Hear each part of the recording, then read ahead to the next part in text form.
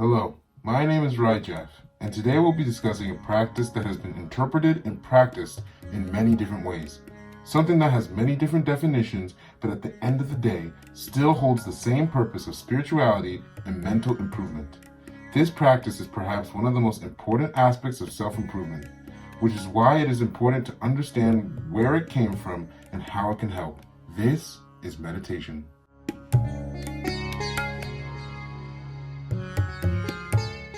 The word meditation comes from the Latin term meditatum, which means to ponder or concentrate.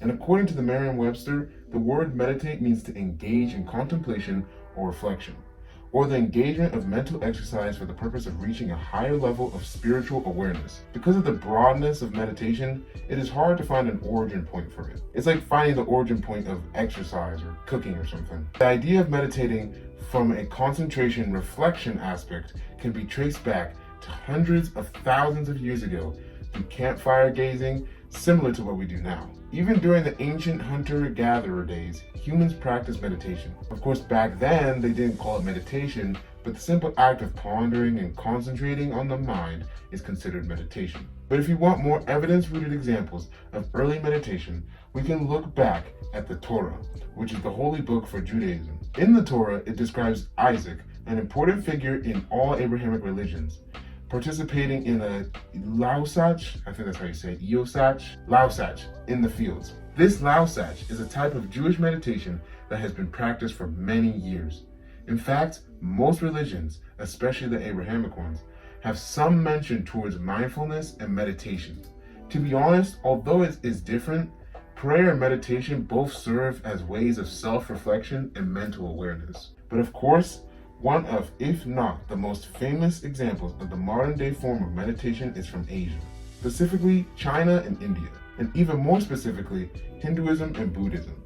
These two religions are always most synonymously associated with the idea of spirituality and meditation. For example, in Hinduism, there are many ways to meditate, but the most famous form came from the creation and practice of yoga. Yoga is a spiritual and physical Hindu practice that has believed to be created by a man named Sage Patanjali.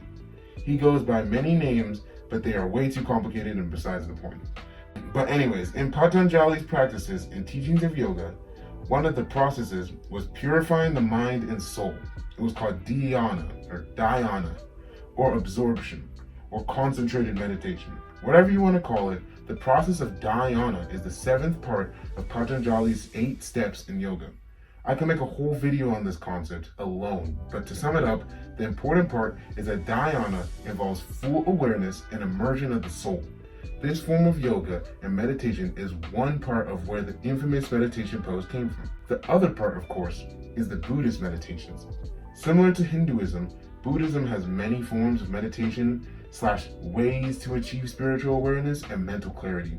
But one of the most famous ways is the shamatha method, which involves mindfulness and developing a state of calmness and clarity and inner peace. These forms and practices of meditation and in general mindfulness are so important to Buddhism that even the teachers and students of Buddhism, the bhikkhu or the Buddhist monks, dedicated their whole lives to this practice. So although meditation doesn't really have an exact pinpoint of where it originated, the basic ideas of meditation can be found all across the world and stretches throughout all time. As discussed previously, there are many different practices around the world that can fit under the umbrella term of meditation.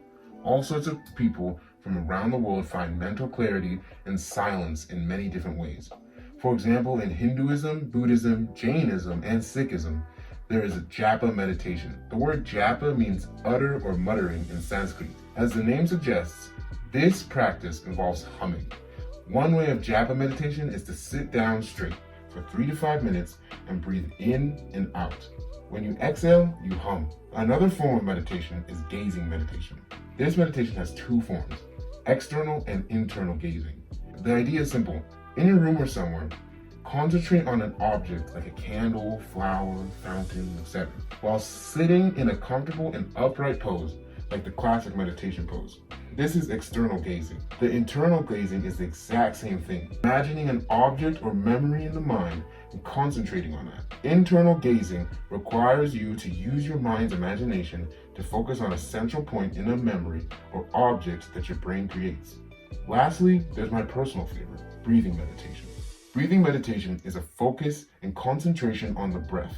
Simply put, sit in the meditation pose or in a chair upright, and for however long you choose, just focus and concentrate on your breathing. I would recommend breathing from the nose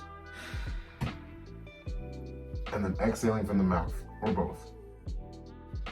The whole idea behind meditation is to retain focus on a central point, an idea, and to clear the mind of all thoughts. When you first start meditation, there's no way that you'll be able to master the aforementioned practices. Your thoughts will be heavy on the mind and you will lose focus. But as long as you acknowledge your thoughts for what they are and you go back to retaining focus, over time you will improve. Meditation is extremely important now more than ever. To have a moment to yourself to focus and breathe without distractions calms you down. Stress and anxiety can be minimized with meditation and your spirituality can be maximized. Throughout this video, I'm sure I sound like a guru or something, but the research, studies, and even my own personal experience with meditation is a testament to its ability. When life becomes hectic, it is important to try and clear your mind for even a few moments in order to find peace and a sense of calm. If you enjoyed this video, please leave a like and subscribe so that you can stay tuned whenever a new video on the channel drops. If you want to see short clips and extra content, follow me on Instagram and TikTok. Besides that, thank you for watching this episode of Jumla Historia.